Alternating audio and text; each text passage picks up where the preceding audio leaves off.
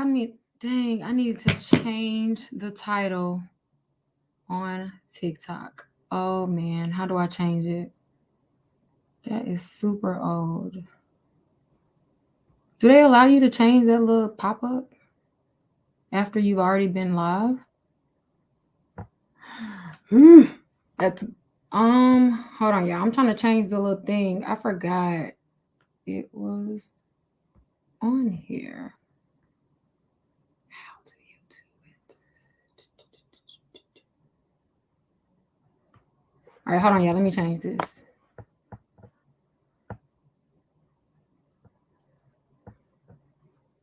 All right. Hold on, y'all. Hold on. I can't even see the comments. I'm trying to change. All right. What's up? How y'all doing? Okay. Wait. Am I live on Instagram? Because I am trying something new. I'm going live from StreamYard. And child, I ain't never did this before. So I'm a little perplexed as to how it works, you know? Somebody tell me if I'm live on Instagram. Because I ain't never streamed through a stream key. So this is interesting. This is interesting. If this works, this is probably the best update that they've had. It's period. Look, it's live. Okay, let me get out. Okay. First of all, how y'all doing? What y'all doing? We got some things to get into, child. I have not been live in a while. Let's just start there. Hold on. Before we even get into the interview and all of that, how y'all been? How y'all feeling? How is y'all mental health? That's the most important. How is y'all mental health? And girl, no, okay, yeah. So I have not been live. I was taking a social media break, so it's not any deep seating like reason or like interesting reason. I just was taking a social media break, child, because social media makes you dumb. I'm talking like my attention span. I couldn't even sit down and watch a movie or read a book without being distracted, without my mind going a million places. So I'm like, listen, social media is quite literally making me dumb. So I need to take a step back and disconnect, read a book, touch grass, literally, but no, read a book, study, and do all the things that we were supposed to do before social media. Okay, wait. You can't see me live on Instagram? It's on Road to 750 page, not my personal page. Now my personal is on Road to 750. Oh, okay, yeah, I am live because I see the comments now. Now I see the comments. At first I didn't see them. Hold on. Let me make sure that I have everything put up because I wanted to talk about a very specific topic today. And we'll get into it, and you guys can of course ask any questions that you want and all of that. But number one, first order of business is, did you guys see the interview yet? Comment if you, I should be live on YouTube. I should absolutely be live on YouTube. Let me see. Somebody tell me if I'm live on YouTube. So the comment if you guys, I don't think it's showing me live on YouTube actually. I'm not. StreamYard, what we doing? It's telling me I'm live. I don't understand. Unless I got it to private. No, it's public. The stream is already live. You can't. Okay. It's a...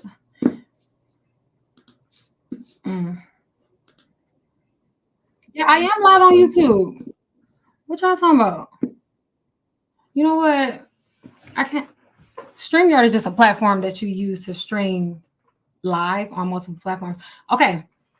Back to being serious, because I was really supposed to come on here and yell at y'all for everybody who's in the comment who was trying to go in on me, and you guys did not allow me to explain myself because y'all was going in them EYL comments. But that's cool because I respect it. You know why I respect it? Because at least y'all know that the information as it was presented, like just that small snippet, that wasn't right. So that lets me know that, at least you guys, number one, y'all fact check, which I love. And I'm hoping that y'all are doing background check. Listen, don't accept financial advice from anyone online without doing your due diligence, myself included. Myself included. Don't let me tell you anything that you don't fact check ever, or anyone, because it is your financial life and your credit is very important. So let's be clear. I joke and say like, oh, y'all was eating me up. I'm not mad at all. I respect it. And also you guys motivated me. Nothing motivates me more than a good humbling, child. Because I was humbled reading those comments. I said, ooh, clutching my pearls. But yes, okay, let's get serious. Let's get serious. Okay. So yes, so comment if you guys have seen the EYL interview, the Earn Your Leisure interview featuring me. And if you have not, it is live now on their channel. It just went live today. So if you have not seen it yet, I was gonna say go watch it now, but just you could watch it after this live video. But dang, because the topic what we was gonna talk about was something that I mentioned in the interview. So well, I'll just kind of give you guys a background and then you guys can watch it. Y'all want to watch it together? Should we watch? Do y'all know I have not watched it yet? I haven't watched it yet. I have not watched it yet. So we low-key, high-key can watch it together. I'm not opposed to that. And then I can kind of do a live commentary type of thing. Y'all want to do that? Or y'all can probably just watch it after, because it's just like I don't know how that'll work because I'm streaming it on multiple platforms, so I'm not even sure how that'll work. So maybe I shouldn't offer anything that I'm not even sure that I can do. Okay, yeah. So I know y'all saying yeah, but I don't know how to do the watch party. I honestly don't even know why I offered it. I don't know why I offered that because I'm not sure how to do it. But no, I have not watched it yet, but I obviously remember the conversation. And one of the things that I loved about the conversation is it felt like a conversation. Like it felt like I was just talking to y'all, like coming on live and we was just talking. And I was a little nervous because for those of you who don't know, I don't do interviews. Like I turn them down all the time. And I'm just like, it's not really my thing. I like to stay in my home and, prop up my phone and talk to my audience, talk to my people. And it's just like, I love to exist in my own little bubble on the internet, stay in my lane, child. Like that's just, I'm very like introverted in real life. However, what I loved about the interview was it was like conversational. And of course I've worked with like EYL in the past and already. So, it was already kind of like that camaraderie, but I was still nervous, obviously, because it was an interview. It was an official thing. So I have not watched it yet. I have not watched it, but I will watch it. I will share my screen. But what about TikTok? See, they talking about do the watch party. Yeah, do the watch party. I don't know how to do that. Let me see how to do it. Okay, but wait, real quick.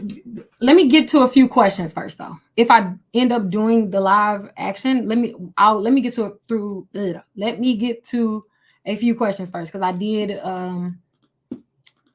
number one want to address one aspect of the interview, and it'll make sense when you guys go back and like watch it, right? So if you have not seen it yet, after you watch it, this will make sense. So one of the things that I mentioned, and if you guys go on Earn Your Leisure's Instagram page, you'll see the clip that I'm referring to.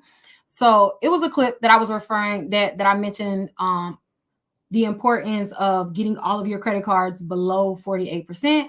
And then after you get all of your credit cards below 48%, tier them down to hopefully and eventually, between 1% and 3%, which is the premier range that everyone should aim to get all of their credit cards within, right? Like you guys know that's like the golden area. If you've been following me, this is not new information. Child, we've been talking about that for years, right? One of the things that confused a lot of people in the clip was because people did not see the full interview, they just kind of like took that clip at face value. And the clip, like I said, started at get all of your credit cards below 48% and then tear down. And they were like in the comments, like, what is she talking about? Like it's below 30% and da-da-da, this is wrong, etc. Which, like I said, I understood because at face value, that information does seem incomplete and it does go against everything that, we've learned. two things about that. One, the people who were commenting 30%, I need y'all in this live because that mean we still got a little way to go. 30% is not good either, and I don't recommend that either. It's also not right nor conducive to you increasing your credit score, right? So that's number one. But number two, what I was referring to was utilization thresholds. I should have recorded this so I can post this. Well, I just screen recorded. Utilization thresholds. If you've been following me, you should know what this is. But I'm gonna explain it. But first, let me know who is familiar or have ever heard of a utilization tier or a utilization threshold. Has anyone, like, do y'all know what I'm talking about at all? Or is this just like foreign information? It's it'll be on Instagram, I believe, and for sure on YouTube. Not me. Okay. Nope. Okay. Some people saying yes. If they've been following you for a while, you've been talking about this for years. Yes, we have. We absolutely have been covering this for years. But I don't think I've ever like went into full detail with it. So, if you have heard, it's a refresher. So the easiest way I can explain it without talking for an hour is utilization thresholds. So you guys, everyone knows that your utilization is reported once monthly to the credit reports, right? To the credit bureaus. And utilization is reported for each of your credit cards. So you have an individual utilization, which means for every single credit card that you have, and then you have an aggregate utilization, which is all of your credit cards added together, and the percentage of utilization amongst all of your entire cards. Ow, that hurt. Amongst all of your cards, right? So when it comes to thresholds, it can be the difference in you increasing your credit score at the, like, it's pretty much the difference between you maximizing the points that you could receive for paying down your utilization. And how it works, and dang, I wish I could share my screen, but I'll just explain it. How it works is so imagine your utilization to be stairs or tiers, right? So you got level 1, level 2, level 3, level 4, etc., right? Utilization works in that exact way. So if you are someone who has ever paid down have you ever paid something on your credit card and then realized after your credit report refreshed that you didn't even increase your points? You didn't even gain points. Like, have y'all ever paid your credit card and y'all like, I paid all that money and my credit score still did not increase? What's going on? I'm sure we've all been in that situation before. The reason that I see a lot of people saying yes, so the reason that happened is because you have not reached the next threshold of utilization. And the thresholds, and I'll list them for you guys. If you guys can write it down. I was gonna put it on the screen, but we just gonna. I guess I'll verbally say it because I don't know. I can't share my screen. So I'm going to say the thresholds first so that it makes sense, and then I'll explain it.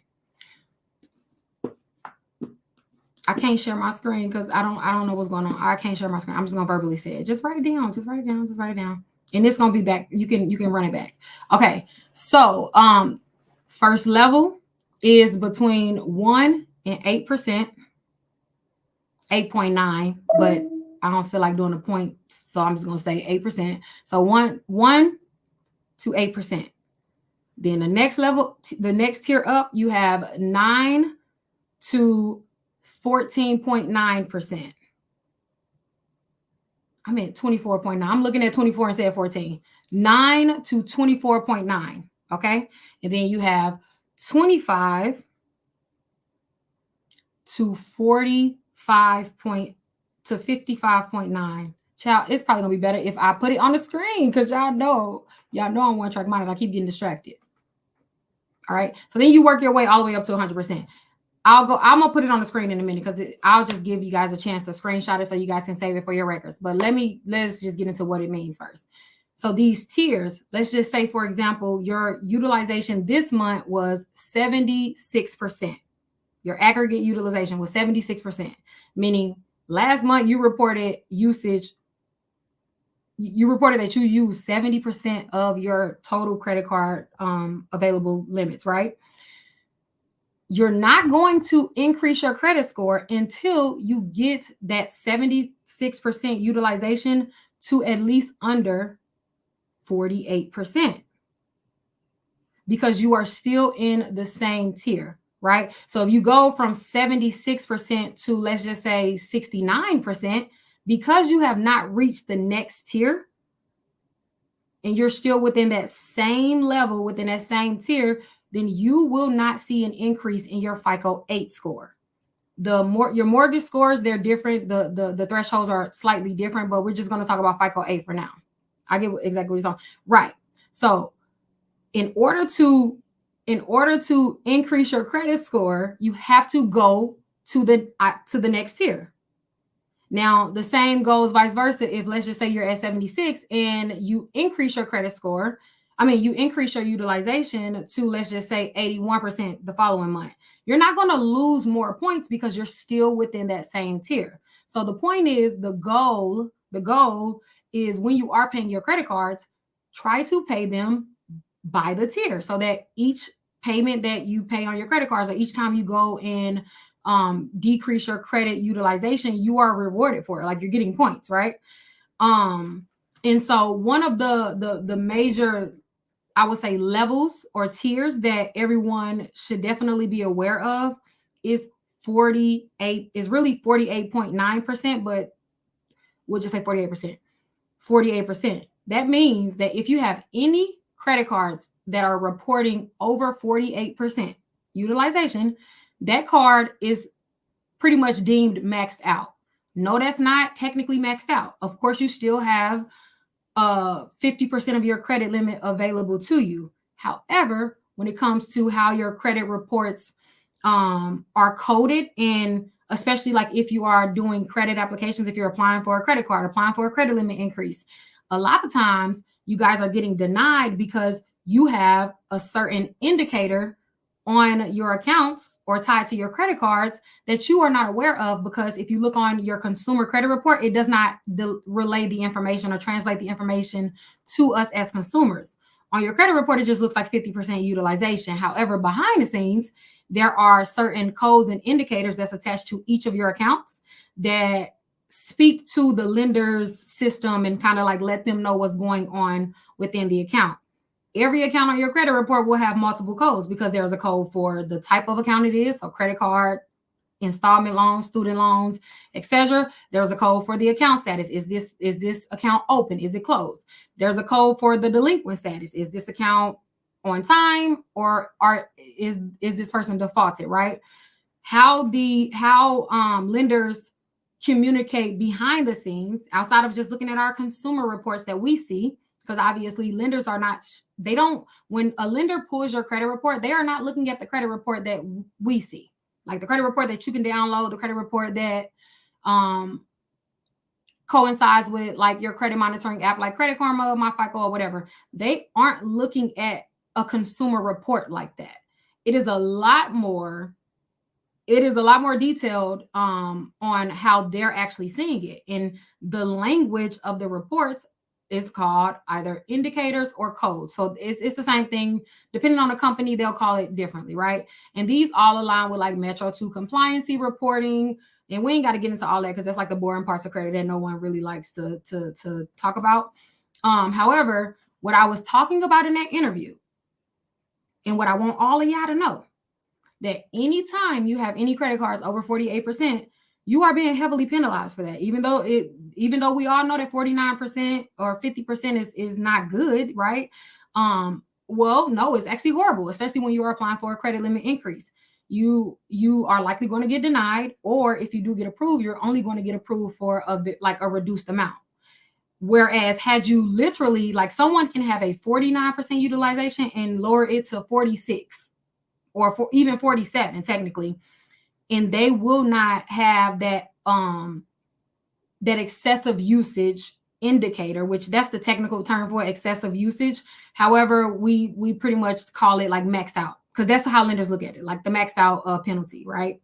You won't have that associated with that card, right? So when it comes to the best way to pay down your credit cards, because I get this question a lot, and a lot of you guys are familiar with the Snowball method. I know Dave Ramsey recommends that. The Snowball method is where you take your credit card with the highest interest and you pay that off first, and then you kind of work your way down. That makes sense, and I recommend that for anyone who is more aiming to saving the most money that they can as they are paying down their utilization and they're not really concerned with their credit score.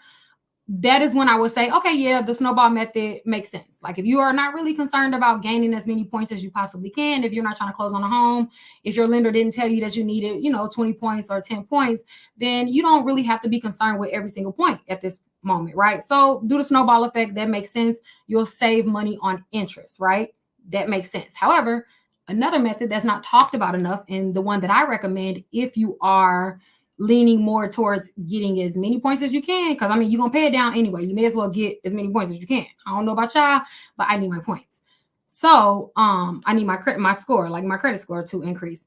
So if you are more if your goal is to increase your credit score as much as you possibly can, if you're applying for something, if you got a house coming up, a auto loan, if you want to apply for a credit limit increase, etc., right? You want to pay attention to these tiers because then you're able to maximize your credit score. And the number one thing, like I said in the interview, and I did not go into full detail because when I realized, like I honestly shouldn't have even mentioned that if I wasn't going to thoroughly explain it, because it's just like I mentioned that and it's just like I sprinkled it in like parsley and we just kept moving. And that was my fault, because sometimes I'll be forgetting that I'm not talking to my audience and just like talking to people like within the industry and stuff. So I forget. That was my fault. So I can understand why y'all ate me up in them comments. That's why I just took it on the chin. I ain't say nothing. You ain't gonna hurt my mouth. I'm wrong. I can admit it. Okay. However, just give me a chance to explain, because I care more about you knowing and getting the right information than I do about like whatever anyone has to say about me personally. So as long as I know y'all getting the right information, then I can sleep peacefully at night knowing that I kept the integrity of credit ethical and accurate online. So, and because that matters to me a whole lot. So like I was saying, the very first thing that you want to do if you want to maximize your credit points as you are paying your credit cards down, what I personally recommend is look at all of your credit cards and you're trying to figure out which one to pay first and all of that. Lay all of your credit cards out and first target any one of your credit cards that has a utilization over 48%. Because like I said, the number one goal is to get those to under 48 first. Obviously, we're not done. Get all of your cards under 48% first so that you're not getting the maxed out penalty and you're not losing more points than you have to. And you're increasing your credit score as you're going down, right? So after all of your credit cards are below 48%, then the next tier I would recommend is 28%, 28.9. So under 28%. Okay. So after all of your credit cards are under 48%, then the next tier that you should be aiming for is to get all of your credit cards under 28%. Once you get all of your credit cards under 28%, now you'll like, that's like moderate usage. It's like moderately high, right? Like 30% under is like moderately high because it's still high. Despite what most people are probably used to, 30% is actually still high. That's the industry standard. That's walking that fine line. I always say it's likened to getting a C in a class. So it's not the worst thing that you can do in the world. However, it's also not the best grade that you can get on a test that'll help your overall grade. If you got a D in a class and you just got a C on a test, that ain't really going to help you that much, right? So a lot of people, if you're coming from a low credit score and you are trying to actually increase your credit score, then 30% is doing nothing for you. 30% is keeping your score stagnant. So again, I know it's the industry standard, but that's like that safe number. That's like a C. So if you want to actually increase your score to the highest potential, then always between 1% and 8%, right? The absolute premier range, especially if you are dealing with like top tier credit cards and you are dealing with high limit or high credit limits or wanting to gain that, 1% to 3% is chef's kiss. 1% to 3%, chat. 1% to 3% is chef's kiss. As a matter of fact, as a challenge to anybody on this live, because I always tell y'all, if you're new here, by the way, my name's Shonda. I don't even be knowing how to introduce myself, child, because I'm just so used to talking to my people or whatever. But my name is Shonda. I am a board certified credit educator. I specialize in mortgage scoring as well as FICO certified. So I took training from FICO directly on the reporting of your credit, our credit reports, the breakdown of our credit scores. I do a lot of work within the mortgage industry in identifying any areas of opportunities with mortgage scoring. And to this day, I've helped over 1,500 people close on their homes personally, and then like literally thousands of more online, but those are virtual. But like in terms of having to do, have helped one-on-one more over 1,500. So, in my little humble opinion, I love credit. Honestly, I love credit. I am obsessed. Like I'm obsessed with credit. Like there's not much that I don't really know about credit. Honestly, because credit is one and the same. Once you learn how it ticks and what makes it move and what makes it shifts, it's kind of just like rinse and repeat. There is not a credit situation that I haven't ran into at this point. I've looked at thousands. I don't even know. Like, child, I would love to count, but thousands and thousands and thousands of credit reports. I'm able to look at a credit report and spot it, dissect it immediately with my eyes and see and identify any areas of opportunity to either gain points. I'm able to just like, the point is credit is my thing, and it has been for a few years. So if you guys are new here, I'm not new online. I'm not new to this space. I have videos, like you can go to YouTube or whatever. I have full-blown webinars free.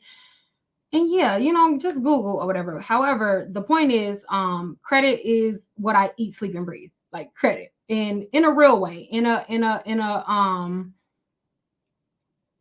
mind. I ain't even got to say. I was gonna say, never mind. Hold on, y'all. Ice break. Okay, and you definitely helped me learn the credit game. Thanks so much. Shout out to you. Yeah, so I'm only saying that because, like I said, I know credit online on social media is watered down, number one, and it's not a lot of integrity within the industry anymore, which is why it's like a ick for me now, only because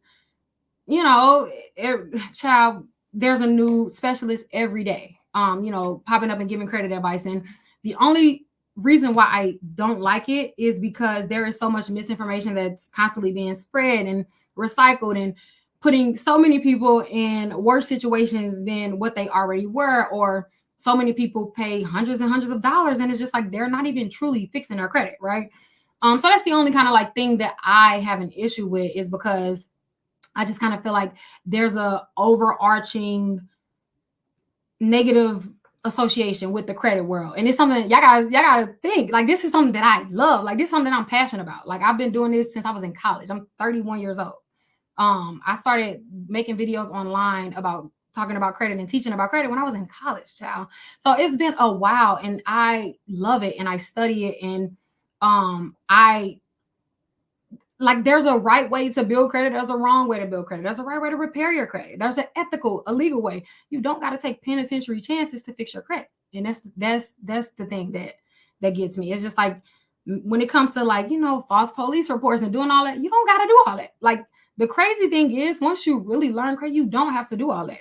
Do y'all know how many consumer laws we have on our side? Number one, do y'all know how often collection agencies and even credit bureaus are making mistakes, reporting errors and things of that nature? Challenging things like that is going to put you in the best position to actually get that account deleted, not false police reports and doing, it's a new trend every day. I can't even keep up.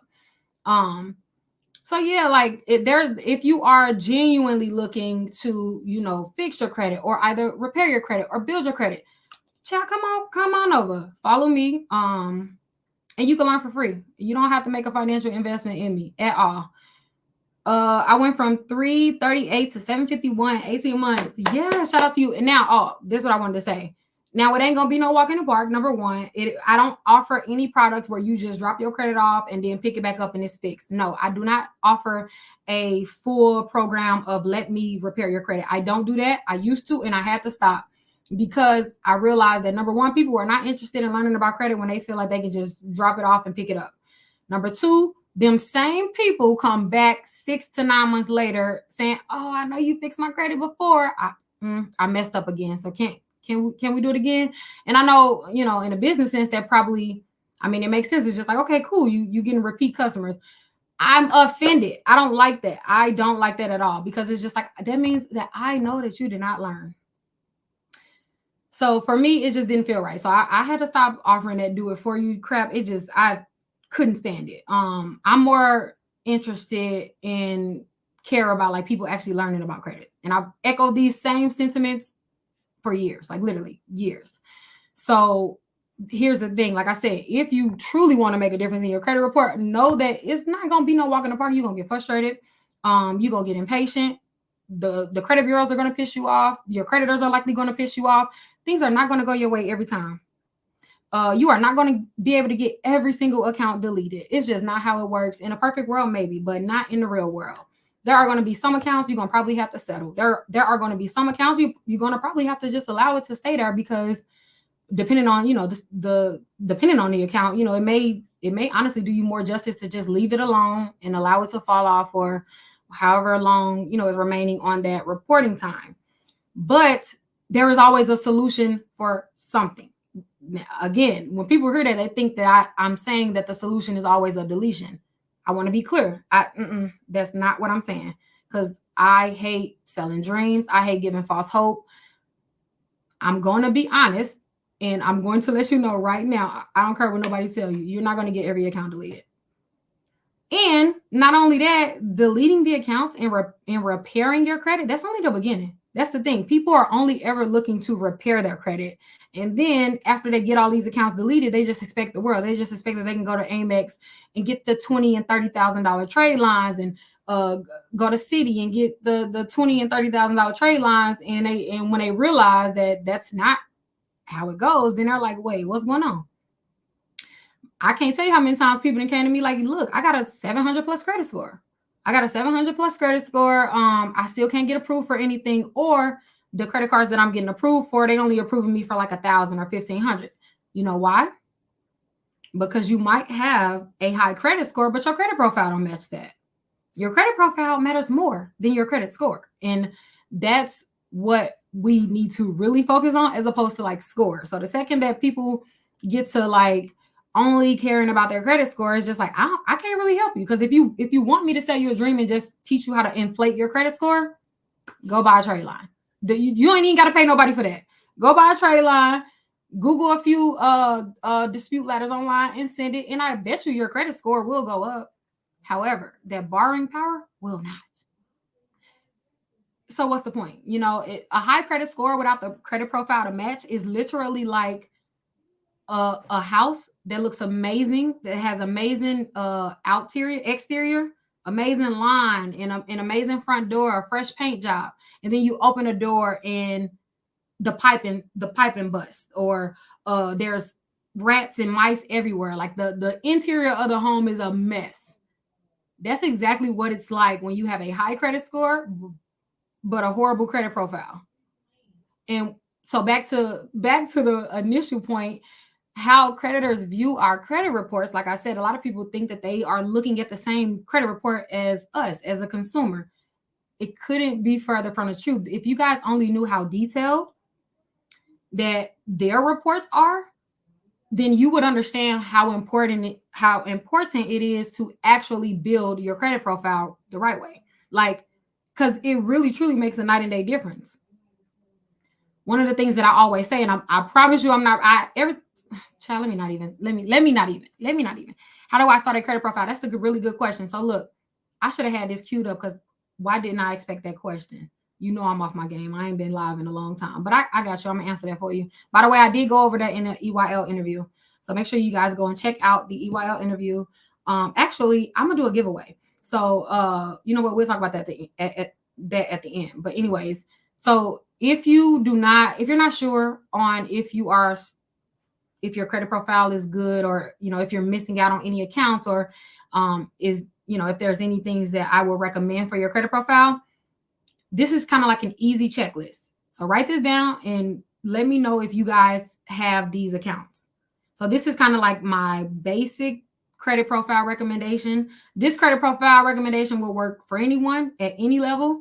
And it'll lend to you being able to like cultivate a higher credit score. Like it absolutely goes with the credit scoring algorithm. It favors it, and you'll be able to grow your credit score over time. It's not an overnight thing. Okay, so we're gonna have 4 total accounts. Okay, 4 accounts. If you do not have 4 open accounts, active accounts on your credit report, then you, number one, disqualify yourself for about 75% of, you pretty much disable 75% of your borrowing power, because anytime that you have a credit profile with less than 4 accounts, you are coded, indicating code, you have the indicator code, thin profile, inexperienced. A thin credit profile is considered an inexperienced profile. An inexperienced profile has a very limited borrowing power. Okay, y'all with me? So 4 accounts total. And I'm gonna get specific on which accounts that you should have. But understand first, you need to have 4 accounts. Those 4 accounts need to be primary accounts. Child, I need to write that and underline it 3 times. 4 accounts, but they have to be primary. Y'all know what a primary account is, right? I need to take a sip. I'm going to just explain it. Okay. A primary account is an account in your name. So it's not an AU account. You're not piggybacking off someone else's account. It's not co-signed or co-owned by another borrower. It is yours. You took your social security number and you were approved for this account, for said account. Okay, so 4 primary accounts, 4 open primary accounts is number 1, right? Of the 4 accounts, 2 of them needs to be a revolving trade line. If you don't know what a revolving trade line is, that's just another word for a credit card. Credit card, okay? 2 of them needs to be credit cards. What type of credit cards? What does it matter? It doesn't matter. It needs to be revolving. It can be a secure card. It could be a starter card. It could be a student card. It could be, if it's a credit card and it reports monthly to the credit bureaus, then you've checked off the list. Doesn't matter the limit. It could be 200, 500, like literally it does not matter. One tip that I would give you guys is, instead of, if you do have to get a secure card, instead of putting $500 on one secure card, it'll actually do you more justice to get 2 $200 secure cards or 2 $50 secure cards, because that'll do more for you than just that one $500 card, right? So like I said, 2 credit cards. The third account should, in a perfect world, be a short-term installment. What is a short-term installment? A short-term installment is any loan that has a term length of under 36 months. So think personal loan. Like, you know how, what are those furniture? Like, you know how when you go to a furniture store, they allow you to finance the furniture? Those accounts. What's the account that works at the doctor's? Dang, it's on the tip of my tongue. I don't know why I can't think of it. It's real popular.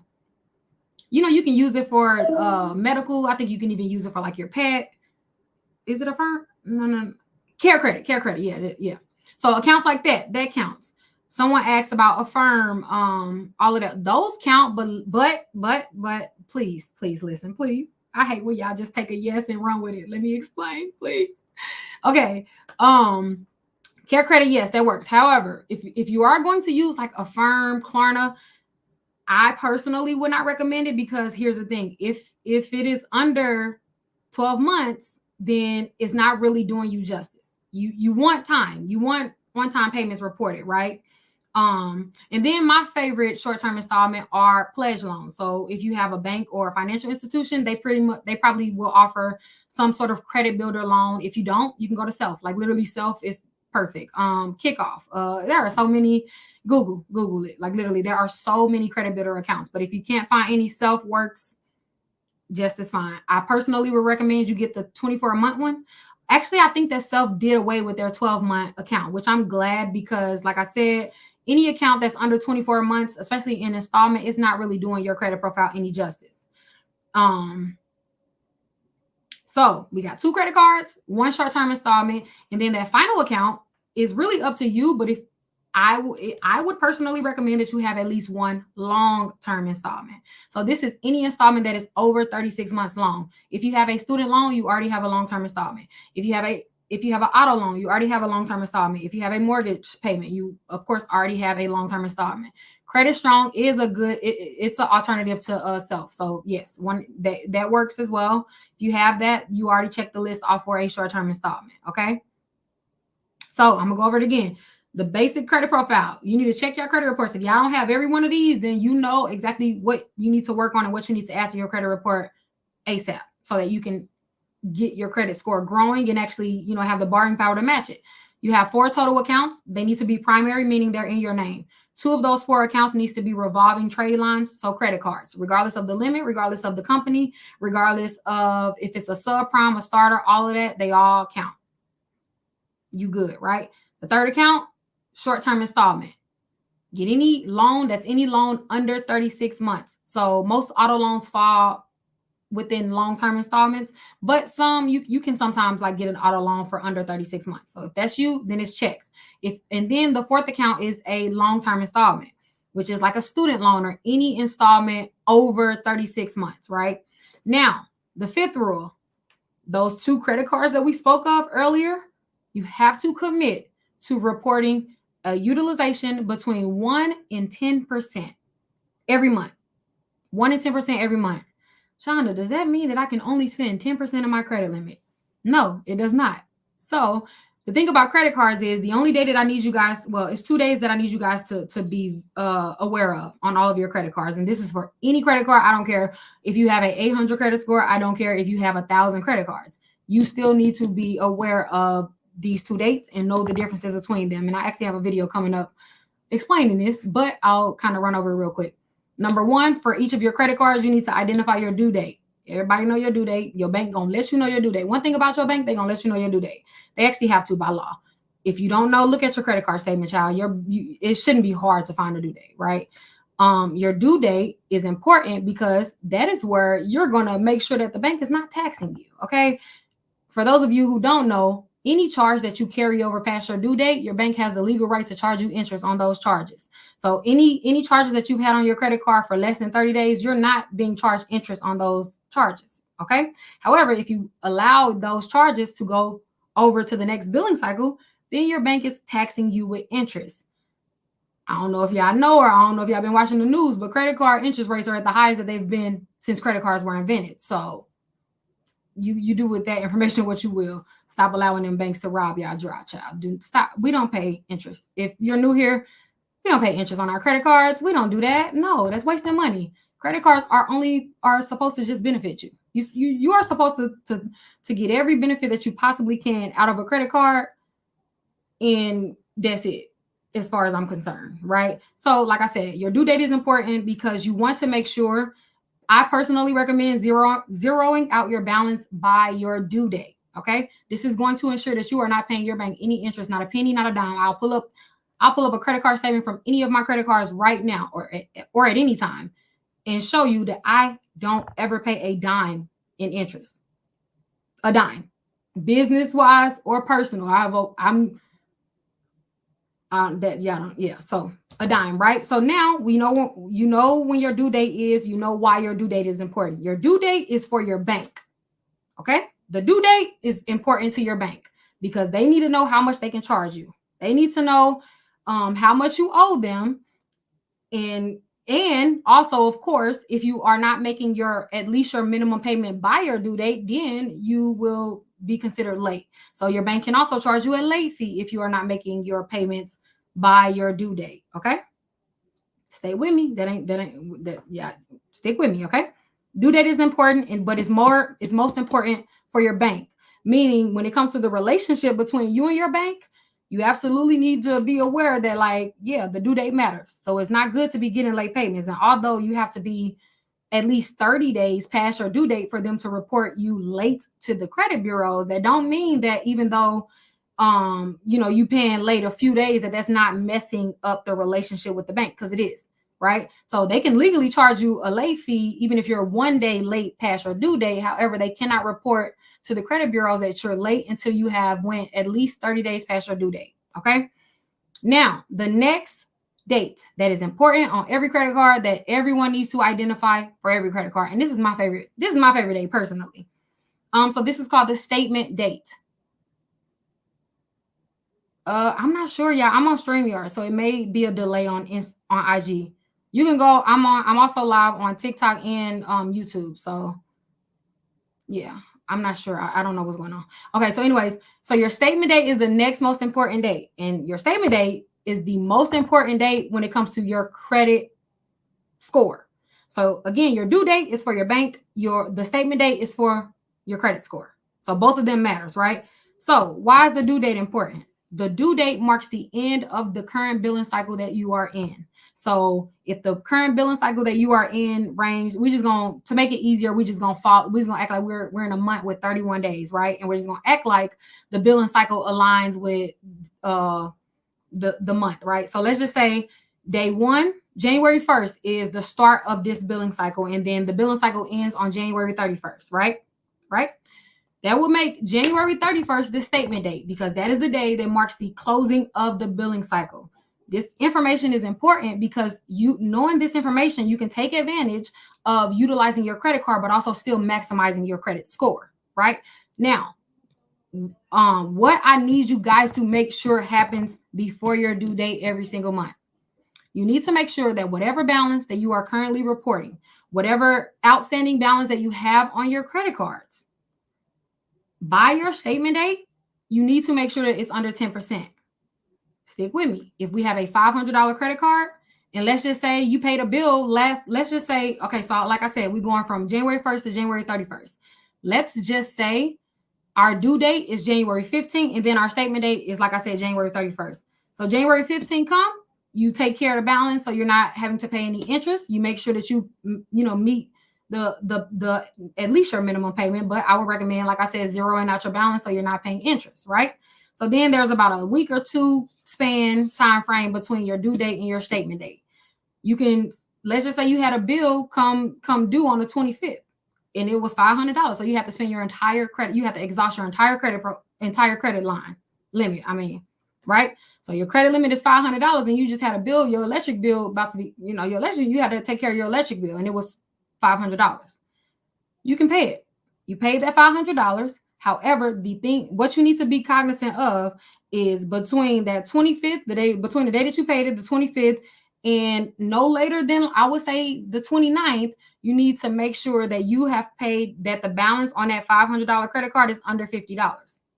Okay? So as long as, regardless of how much you've spent throughout the month, how much usage you've had on your credit cards throughout the month, the credit bureaus are only privy or made aware of the balance that you are reporting on your statement date. They don't even know how much your balance was on your due date. They don't care about that. They don't care at all. The credit bureaus move in cycles. They go in the line with your billing cycle. So the only concern that they have, because the thing is, a lot of people don't know that there's a difference between usage and utilization. Usage means how often you've used your credit card, how many times you didn't swipe it, how many charges you've made on that credit card per month. Your bank care about that. The credit bureaus don't care about that. They don't care about that at all. There's nowhere on your credit report that would even that information would even fit into. Like, literally, there is no record keeping of the usage portion of your credit card on your credit profile. The only thing that matters when it comes to your credit score is what your balance was on your statement date. Okay, so I always recommend to reduce whatever outstanding balance that you have on your credit card to under 10% at least 2 business days before your statement date. The reason being is because pending transactions, they will automatically fall on the next statement. So anything that's pending is not going to be counted towards this statement. So once that statement date comes, and let's just say you made a payment the day before, most banks nowadays, they take about 24 to 48 hours to process your payments. Or the same goes for any transactions. Let's just say you purchased something at the gas station and it was pending. It's been pending for 2 days.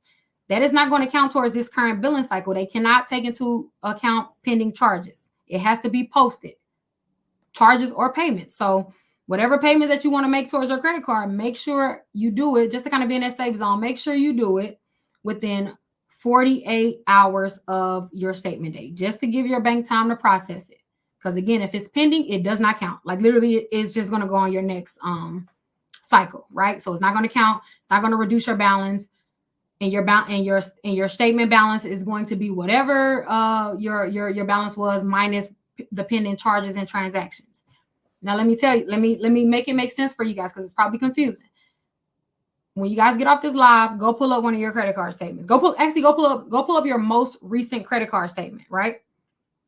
Look at what's called the statement balance. If you look at the statement balance, that's going to tell you exactly what the utilization reported to the credit bureaus for that particular credit card last month.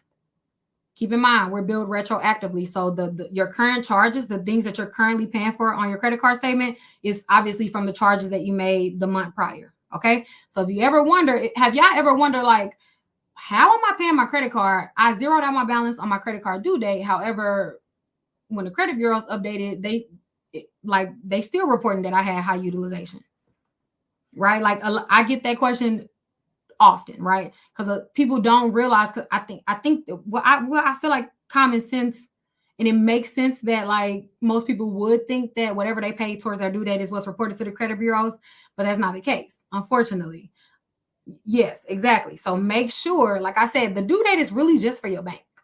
That is for your bank. The credit bureaus don't care. They do not care about your due date at all, right? The only thing that they care about is what your balance was on your statement date. Like, so basically, to put it plainly, of their $500 credit limit, how much did they refuse to pay back within the same billing cycle, right? So the rule of the thumb with credit cards is, as long as you take care of the charges within the same billing cycle, you don't got to worry about nothing.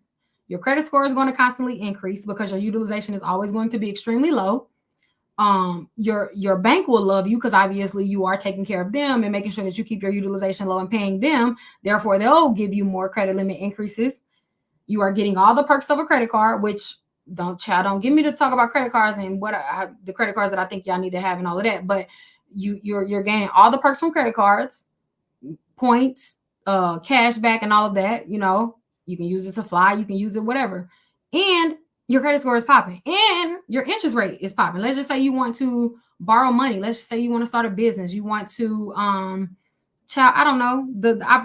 Child, there are so many opportunities when you actually have a true good credit profile and score, right?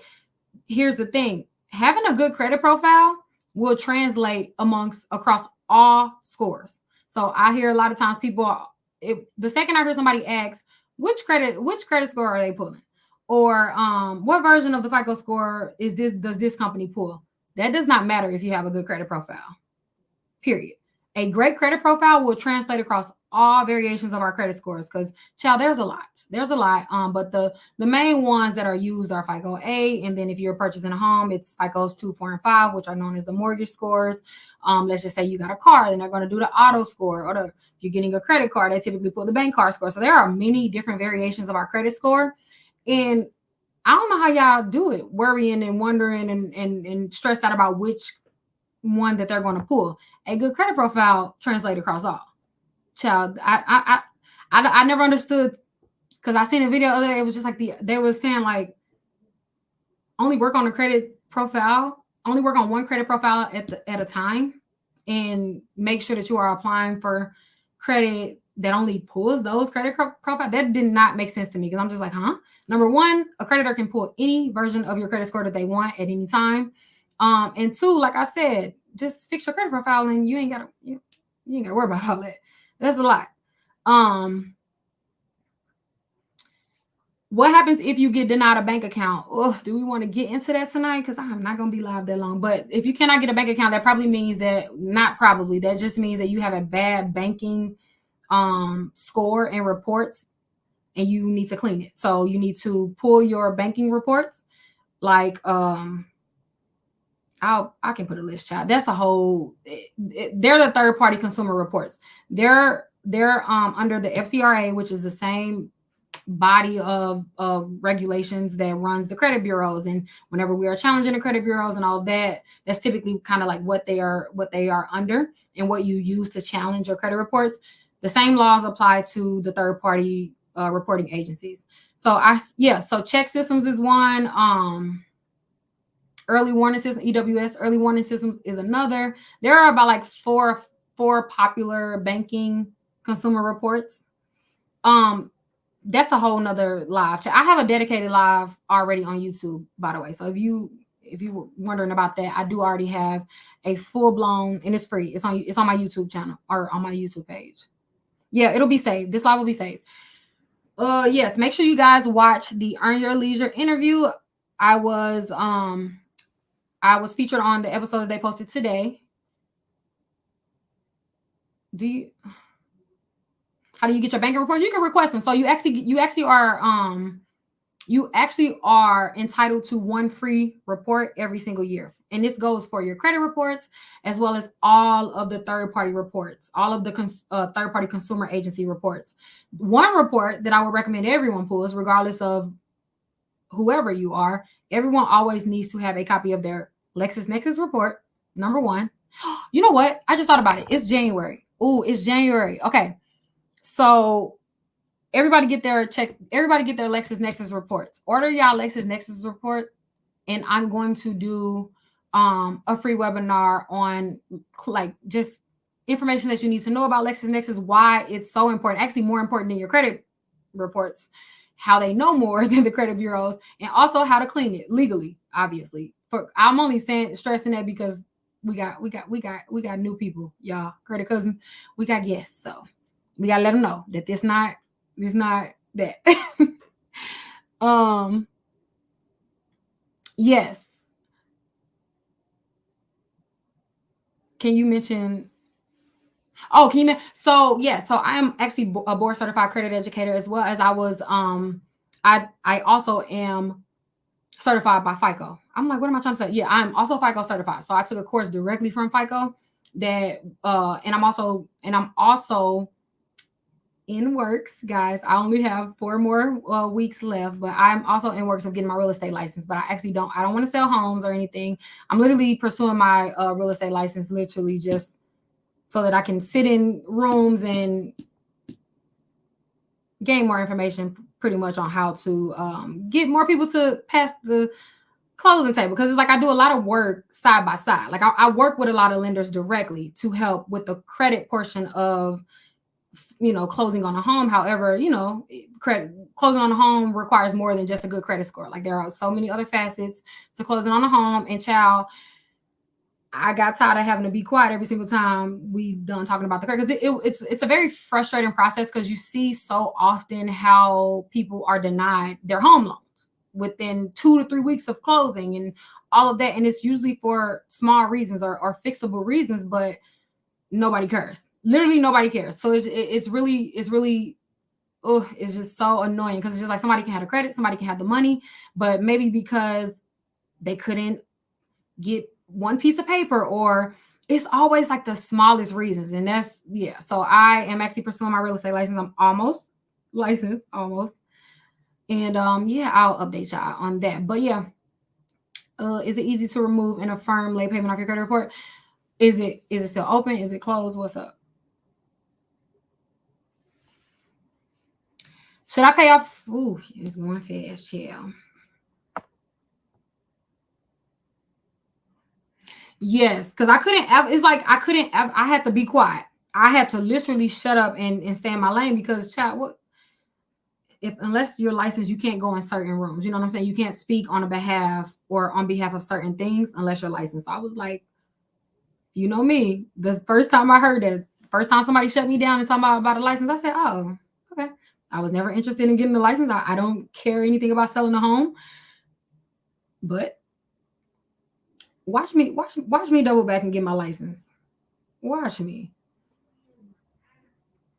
I don't know how to pin comments. Can you? Yeah, that's a round 4 letter. Yeah. If you're new here, if you just want to kind of catch up and get a refresher, Instagram, YouTube specifically, because it has like full-blown webinars. So much information, free. You just got to take the time to, watch the videos or whatever. You'll learn, but they long, because I like to explain, and I'm a visual learner, but also a visual teacher. So when I am in webinar format and form, there's a screen and I'm showing you because I want you to see it. And I know for me, I'm not going to get anything until I see it. So I just teach from that same standpoint.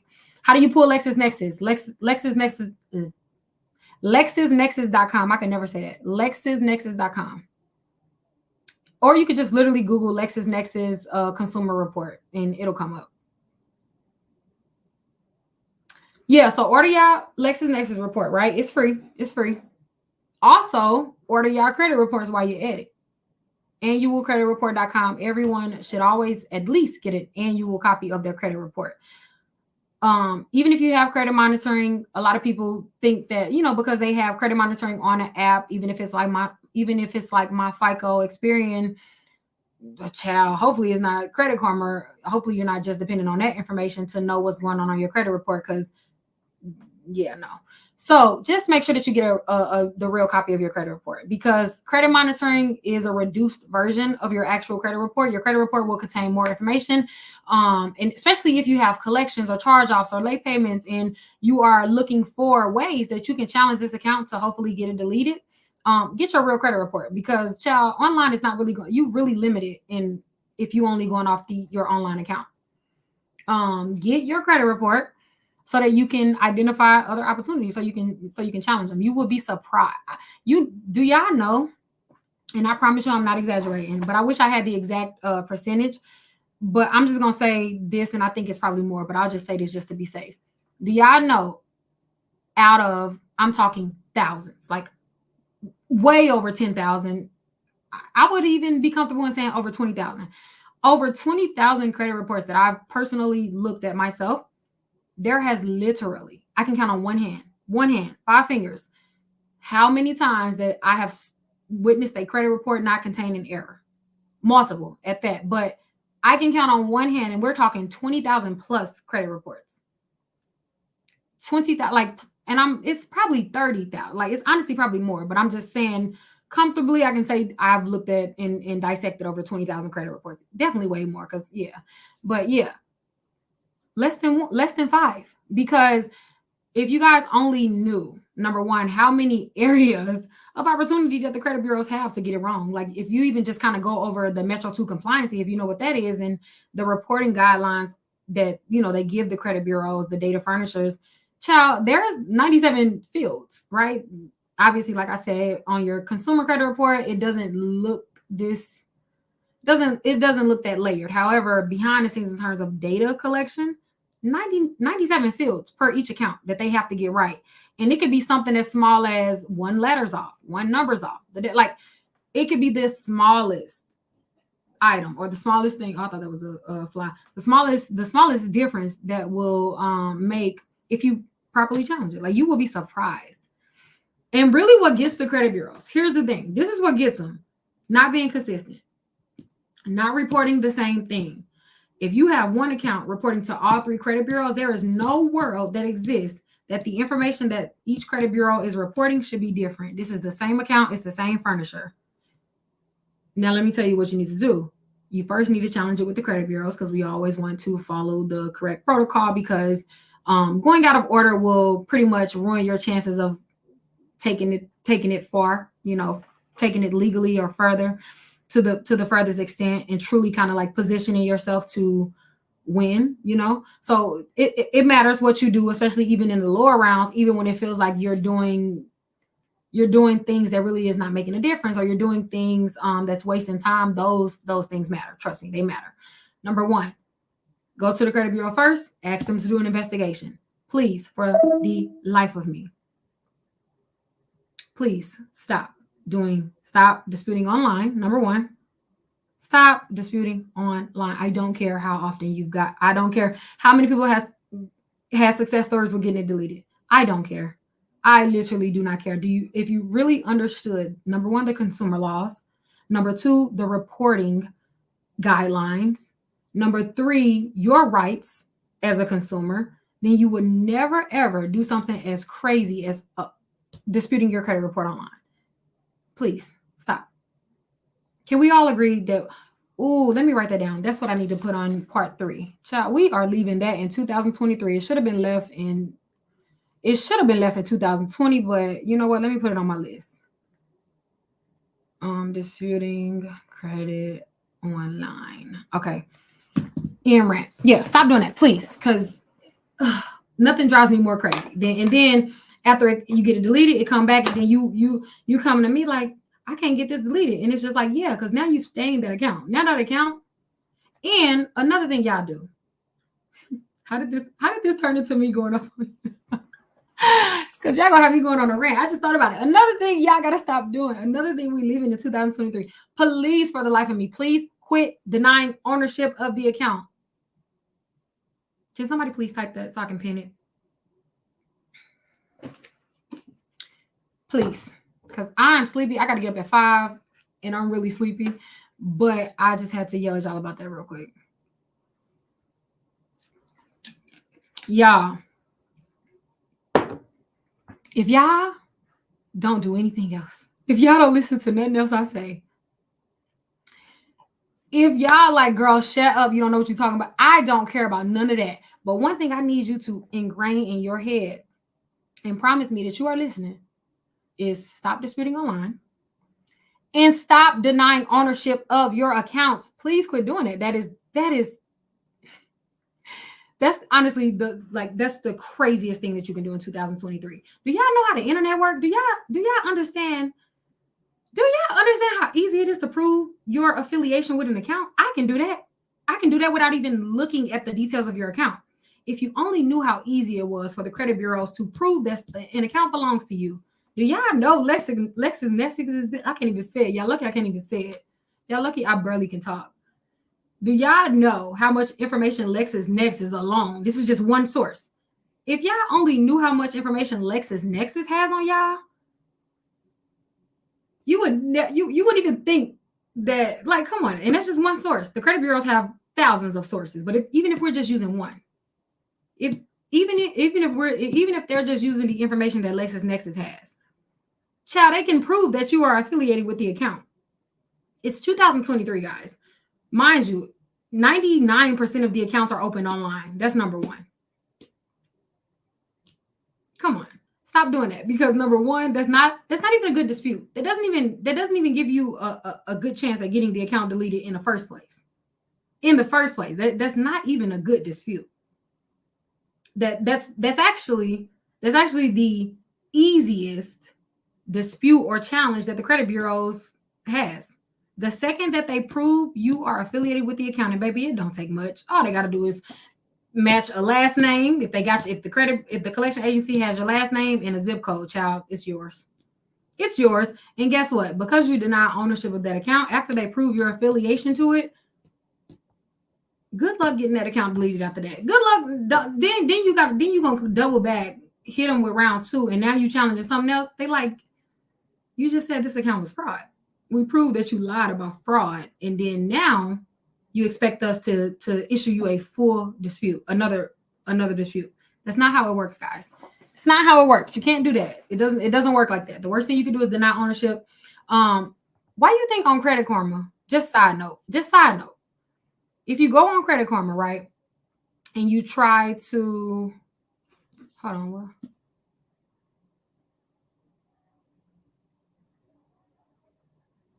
Okay, I don't even know. It went. Okay, if you go on Credit Karma and you try to dispute, right?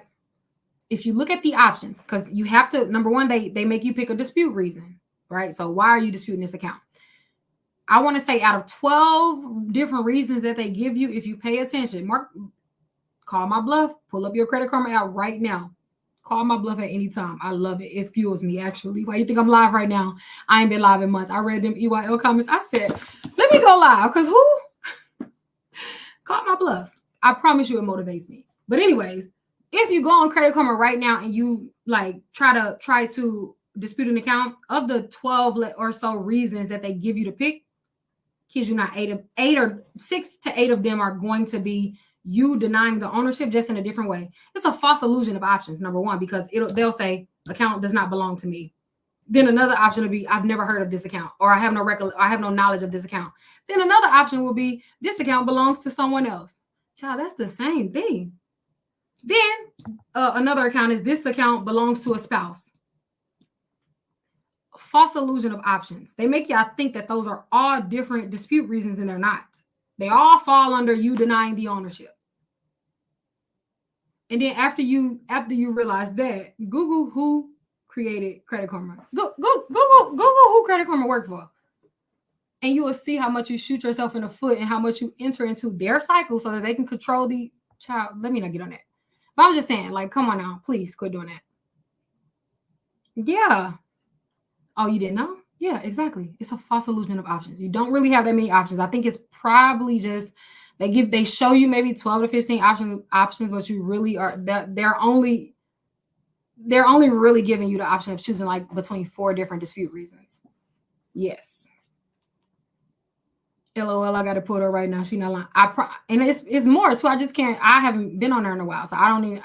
It's more. But the point is, majority of the reasons all fall under the same dispute code. And if you don't know what a dispute code is, every single dispute you send to the credit bureaus is coded a certain way, meaning it's going to be, they're going to investigate it a particular way or dispute it based on a particular type of dispute. Everything, by the way, everything is coded. That was really what the live was about. Outside, like behind the scenes or the other side of the credit world, everything, like how the data furnishers communicate, they're all in codes. They're all in codes or numbers or indicators. Everything is coded, right? However, but to a consumer, it obviously they gotta, dumb it down for us so we know what they're talking about. But everything is coded, and child. It's if we get into if I ever do a live or a webinar, because I want to one day, but I just don't think people are interested in like that part of it, because it's just like, girl, what do these people care about that for? But if we ever really, really, really get into like the Metro 2 compliancy regulations, the reporting guidelines, the account indicators, the denial codes, like, child, if we ever get into that, like, I would be so happy, because I be wanting to talk about it, but I'm just like, girl, they what do these people want to know that for?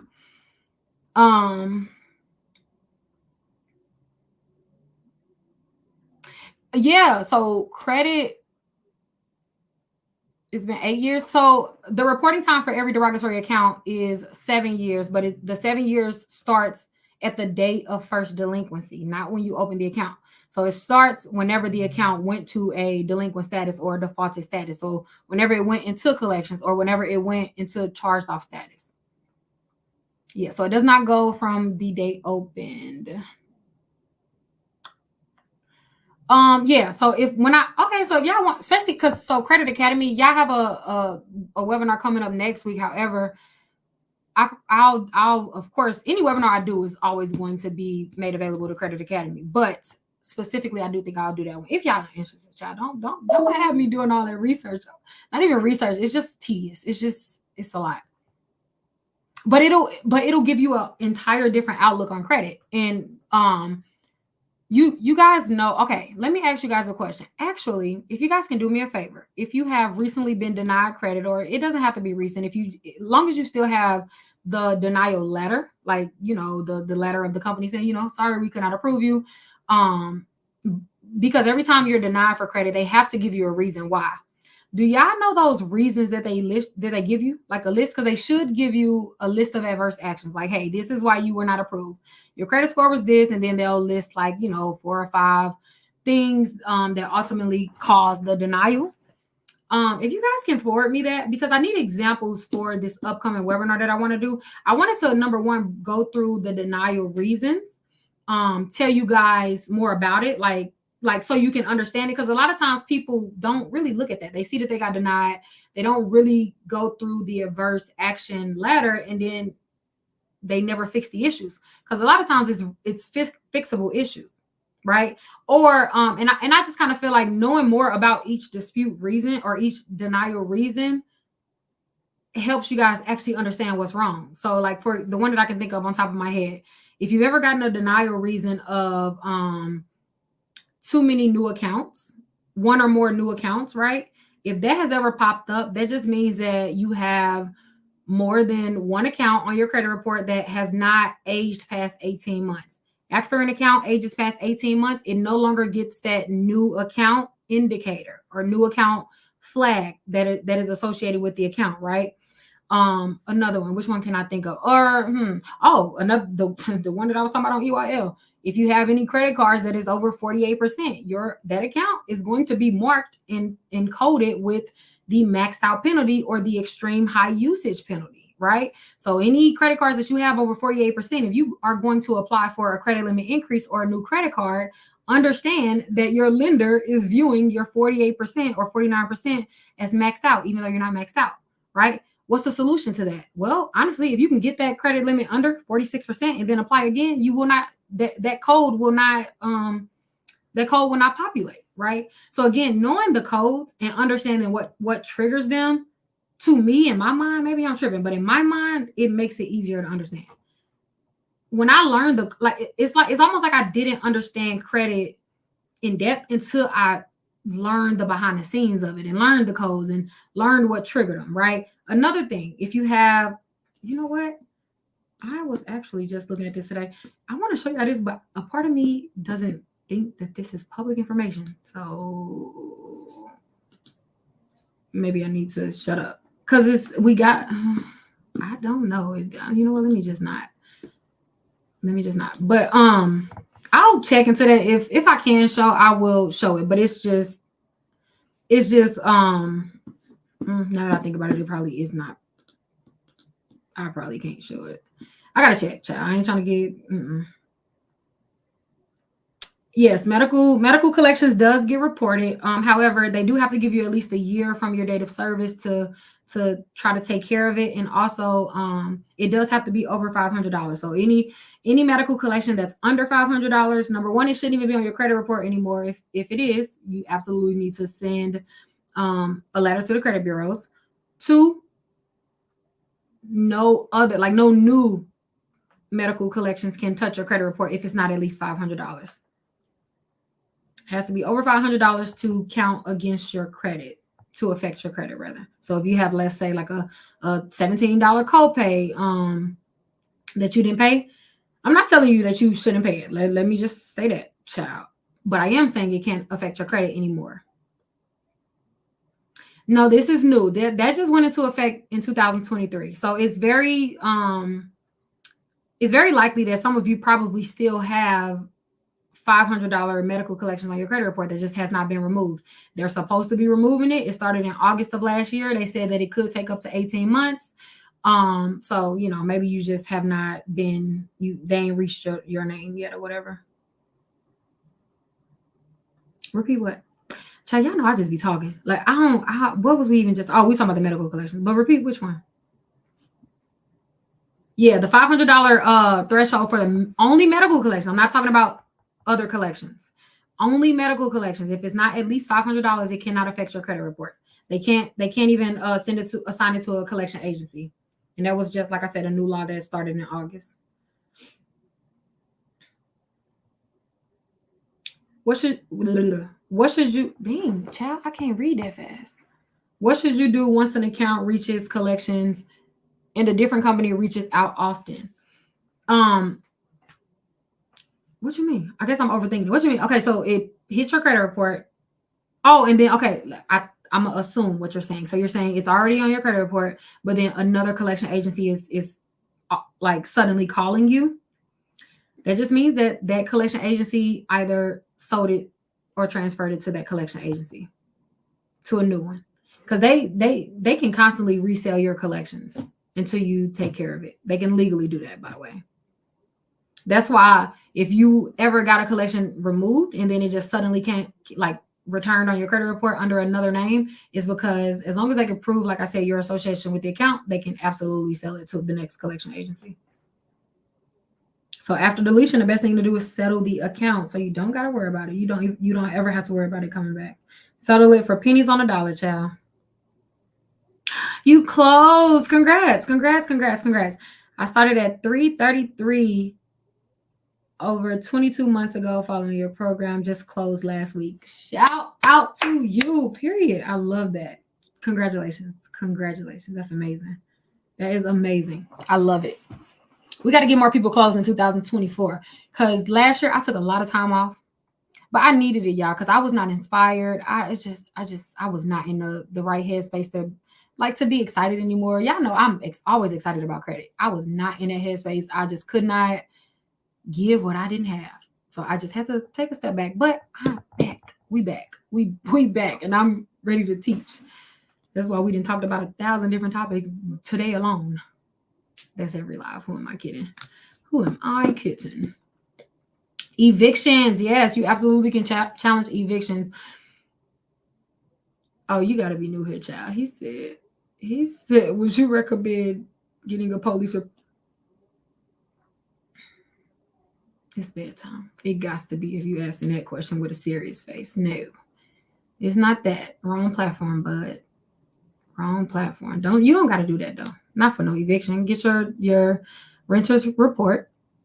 It's free. Your renter's consumer report, and challenge the eviction on there first, and then challenge it with the credit bureaus. And you know what? Because I don't want you to do that, let me just tell you exactly which reports you need to pull. Child, stop doing. Yeah, do y'all realize that you don't have to? Shut up, Shonda. You really could operate within the law and not take penitentiary chances to fix your credit. I want y'all to know that. Like, truly, I know social media has gotten out of hand, but know that there are options. You just gotta read. You really do just gotta read. There are more laws than you would ever imagine that is up for grabs. Hold on, I'm pulling it up, child. I ain't put this up in so long. I'm trying to find it first. Hold on, y'all. Let me get this for him, because child, something in my spirit telling me I need to tell him for real. Hold on. Dang, if I could spell. Let me search my files. Come on, open. Why isn't it open? Hold on.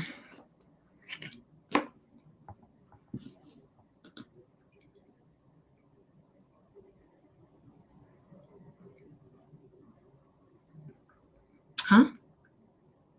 Oh, you weren't even talking to me. Okay, hold on. Whoever said that, because it's taking 1,000 years to open. So operation couldn't be completed. No space left on device. What that mean? No space left on device on my computer, and it won't open a file? Is it because I'm live on like 1,000 different platforms right now? That's odd. Hold on. So will it not allow me to open anything? Okay, let me. Let me close a few windows, maybe. That's odd. I've never gotten that message. Hold on, y'all, because it won't even let me. It's pages. It's a document. Why wouldn't it let me open it?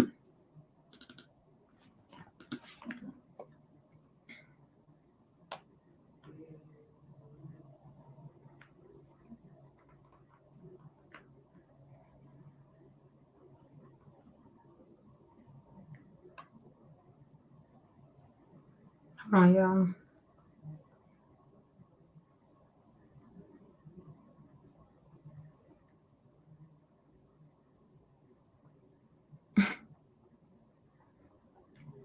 What is going on, child? I was trying to see if I can find it within the files of my dang on. Y'all, what that mean? It mean I need to restart my computer or what? Oh, you know what? I know where it's at. It's in my Dropbox. I can go to it. That is so odd.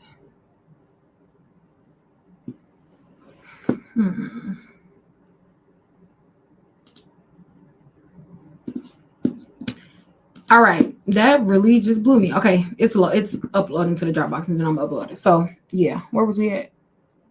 Yeah, I will give you the banking reports as well. Yes, it needs to be clean. It needs to be clean. Have you ever done a house tour? Nah.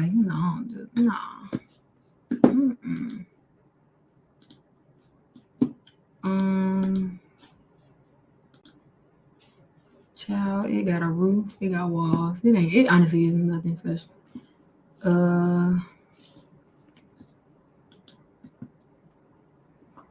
What should be the next step once a collection hits your report? Hold on, y'all know I'm one track mind. I can only focus on one thing at a time. Just give me a sec. I just don't understand why my computer is not. I'm on my iPad. Okay, dang. Okay. Well, that does give me an idea of what to post tomorrow. And I'm sleepy as hell. What time y'all kids have to be up for school? Like, what time y'all wake up to start the morning routine and all of that? Just order my LexisNexis report. Great. Clue Auto. I'm glad you mentioned that. You know it. You already knew that was going to be the next recommendation. It should come with your Lexis. 6:45 out there. See, I get up at 5. Well, I try to get up at 5 to like get at least an hour. I like to get up at least an hour before my kids wake up, because if I wake up at the same time as them, they're going crazy. I'm overstimulated. I haven't had time to talk to God and get my morning started and wind down before, because kids in the morning, I promise you, it's just like, get your brain. So now you don't know how to tie your shoe. Okay. So now you don't know what a book bag is. Okay. So I have just learned before 6 a.m. in order to not allow my children to drive me crazy, I need to talk to God, child. And it makes a difference. If you pay a collection, how long will it remain on your report? 7 years from the date of last activity, which is the date that you paid it. 5:15 and then get back in bed at 7. That's the thing. I don't get back in bed because I just feel like if I get back in bed, I'm stuck. Go directly to the FCRA and file a complaint. They will investigate on your behalf. Oh, she's talking to somebody else. Like, ever since the letter from the dealership, I never took ownership of the vehicle. Thanks. I was y'all talking to each other. Let me get out our conversation. Yes. Okay. Yeah. Make sure y'all watch the interview, the EYL interview. We did not have time. I was going to do a watch party, but we can do it tomorrow because I had came live late. So your girl got to get up at 5. So I am sleepy. Tomorrow we can do a watch party, or y'all can go ahead. It would honestly be better if y'all watch the interview tonight and then tomorrow we discuss it, because it was specific things that I wanted to discuss in this live today, but it was regarding the interview. And then I got on here and most of y'all ain't even seen it. So go watch the interview. The post that I put up tomorrow, I'm gonna do a giveaway, but it's only gonna be contingent on if you saw the interview, because it's gonna be specific. Go watch the interview. It's on the Earn Your Leisure's YouTube channel. It's linked in like all of my stories. Yeah, we get into a few things on there, and then go make sure that you are following me on Instagram so you can see the post. I'll put it on TikTok as well, and I'll do a giveaway. If you are an individual who are interested in getting like fixing your credit and getting the steps and all of that. Yes, Earn Your Leisure's YouTube page or channel. I believe it's just Earn Your Leisure. I'm sure if you search Earn Your Leisure, and I think in my name, Shonda, it'll come up. It should come up. Yes. Shout out to EYL, by the way. Shout out. They probably sleep or whatever. They in New York. Yeah. It was so. I did that interview. When was it? Last month. Yeah. I rode up to New York, not joking, in a jacket as thin as this. I really don't know what I was thinking. Texas has spoiled me, because I really flew to New York and got off that airport. Got out the airport and I was freezing. I said, what in the world was I thinking? Like, I had no second thoughts. I was like, okay, it's hot in Texas. This all I need in Texas. I got off that airplane and I said, oh, child, I DoorDashed a freaking coat. I DoorDashed the coat. It was that cold. But yeah, shout out to EYL. Always great talking with them, working with them. I love everything about spreading financial awareness in the right way to my people. Everything about it. That's literally what keeps me going, like, for real. Because I really care about y'all knowing that you don't, like I said, have to take medicine. You don't gotta use illegal methods to repair your credit. It ain't that important. You don't have to. Truly, you don't. there are a few thousand people that can vouch that there is a way to do it ethically. Actually, if you are in here and you've ever made any improvements to your credit profiles in an ethical way, whether that was my methods or anyone else's, please comment so people can we get a new movement going? The legal credit repair movement, because I'm just so sick of y'all getting in trouble for trying to repair credit or child. Every time we look up somebody else going to jail, it's you just don't have to do it. Like you don't have to do it. Truly, you don't. You just gotta read. You just gotta know the laws. You just gotta understand how to properly word whatever, like the documents if you're challenging. Like you just gotta know your rights. Remember, ignorance of the law is no excuse. You allow somebody else to talk you into doing something illegal on your credit report. Guess who got to pay for it? You. Ignorance of the law is no excuse. If it sounds too good to be true, 10 times out of 10 it is. Come on, y'all. Like some of the videos y'all tag me in videos all the time. I'm just like, yeah. If it sounds too good to be true, I promise you, it is. And if having great credit was easy, everyone would have it. Think about it. Everyone would have it if it was just that easy. It takes work. And it's worth it. Like I tell everybody, if you really dedicate 18 to 24 months to your credit, like dedicate, like making sure you don't give up, you don't allow a no to stop you, and you continue to challenge, or you continue to build, or you continue to look for the solution or whatever. If you dedicate a good 18 to 24 months to your credit profile, you're going to benefit off that for 7+ years, if not way more. It only takes you to really be dedicated for 18 months. Start at 12 to, like I said, 24 months is like that golden area where it's like, okay, now you have 2 years of positive payment history. Even if you do have collections, they're older than 2 years and da-da-da. So like if you really just dedicate that shorter, and they sound long, but it's really short, because 2020 was 4 years ago. Don't that seem like that was last year? It's 2024. 2020 seems like it was no longer than like 18 months ago to me. Maybe I'm tripping, but it doesn't seem 4 years ago. It does not seem like it was 4 years ago. But like I said, just do it right. And if you haven't started yet, if you have started and you kind of lost, your steps, or you just don't know where to go next, and the great thing is I've taken a break for the last 4 months, and I'm very motivated, and I'm ready to get back and start from scratch. So actually, I am starting a new series on the Instagram page called Credit Basics, and it'll also be on TikTok. Credit Basics, and the goal of that series is to start from the bottom, start from scratch, start from A, and then I'm taking you guys all the way to the Z. Meaning, I don't care if you have never I don't care if you don't know how to spell credit. I want you to make sure that you follow that series, because then you'll know everything that you need to know about credit. And I'm going to go into detail about everything. And yes, the episodes are not going to be 1 minute long, 2 minute long, 3 minute long. I already told you guys, most of the episodes will probably be 10 minutes. If you can't sit for 10 minutes and learn about something as important as your credit, then I can't really expect you to really put the time in and take the time to build your credit properly anyway. So you just not my particular target audience.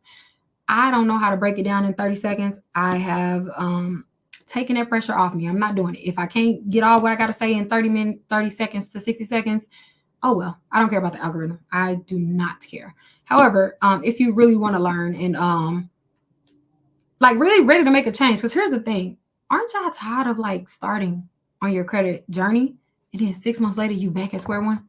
Ain't y'all tired of making 10 steps just to be knocked all the way back down to one, because you just constantly chasing these shortcuts and these short-term solutions and following every trend and every viral video that tells you what to do with your credit? Ain't y'all tired of that? Truly, no judgment, but aren't you tired of that? If you are, just do it the right way. You do it right the first time, then you don't got to worry. You don't got to worry. You waste more time chasing short-term solutions than you would if you just do it right. And understand that it's not always going to go your way. Understand that this is finances.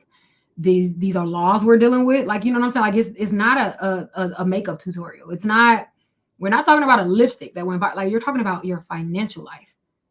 Our entire system and government leans on our, you're more important due to finances and because you're a number to this country than anything else, right? Like we're dealing with the most intricate and important part of our lives, you know? So yes, I mean, it's not going to be as easy as doing a makeup tutorial or something like that. I know it's on social media and you know, we try to give bite-sized content, but like credit is a real thing. Like it's real, you know? So yeah, the good thing, like I said, if you are unmotivated and you don't know what to do and you just tired of chasing all these short-term solutions, the great thing is I'm tired of it too. And I'm literally starting from scratch, starting next week. So perfect timing. I didn't even know the EYL interview was dropping today. Look at God. I promise you guys, timing is never off because I was starting that series next week. A video that I'm dropping tomorrow pretty much coincides with that interview crazily. So, child, everything be lining up. If you on this live, that absolutely means that it's time, okay? It means that you need to look yourself in the mirror and get over yourself and understand that you are not going to get your way every time, especially not with credit. And I'm not going to lie to you. I'm not going to sell you no dream. This not that. If you want somebody to pacify you through the process, I'ma love you through the process, but I'm not going to pacify you. People who are used to, who know me, we not doing that. Yes, you were late, and the bank said that they're not going to forgive that late payment. You were late. You know you was late. So like, come on now. Like, okay, instead of worrying, instead of sulking in the fact that they're not going to erase your late payment, what can we do? What else can we do? What's the next step? How can we make that less? How can we make that less impactful on your credit profile? Like how, you know what I'm saying? Like, solution. What's the solution? Let's not sulk on the problem. They didn't delete it. Okay. You know, that happens. You know you were late. You knew that collection belonged to you. We've all had collections. I had 12. When I first started repairing my credit, I had 12 collections, 2 charge-offs.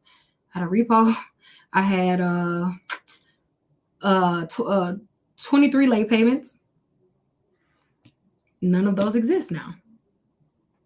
And it wasn't an overnight process, nowhere near. So yeah, I'm really just talking right now, to be quite honest. I'm very sleepy, so I am about to end this.